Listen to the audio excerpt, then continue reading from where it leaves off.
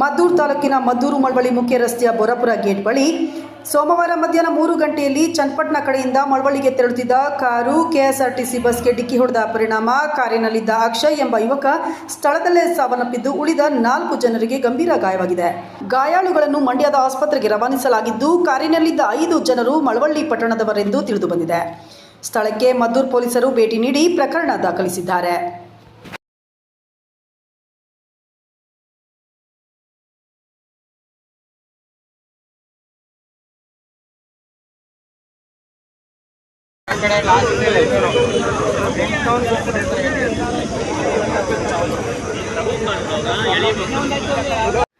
ಮಳವಳ್ಳಿ ತಾಲೂಕಿನ ಬಸವನಪುರ ಗೇಟ್ ಬಳಿ ರಸ್ತೆ ದಾಟುತ್ತಿದ್ದ ಪಾದಚಾರಿಗೆ ಖಾಸಗಿ ಬಸ್ ಡಿಕ್ಕಿ ಹೊಡೆದ ಪರಿಣಾಮ ಪಾದಚಾರಿ ಸ್ಥಳದಲ್ಲೇ ಸಾವನ್ನಪ್ಪಿರುವ ಘಟನೆ ಜರುಗಿದೆ. ಬಸವನಪುರ ಗ್ರಾಮದ 54 ವರ್ಷದ ರಾಜು ಎಂಬುವರೇ ಮೃತಪಟ್ಟ ದುರ್ದೈವಿ ವ್ಯಕ್ತಿ.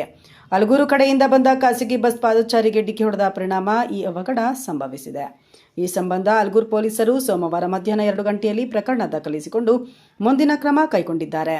ಮೃತರ ಶವವನ್ನು ಪಂಚನಾಮೆ ನಡೆಸಿ ವಾರಸುದಾರರಿಗೆ ಒಪ್ಪಿಸಿದ್ದಾರೆ.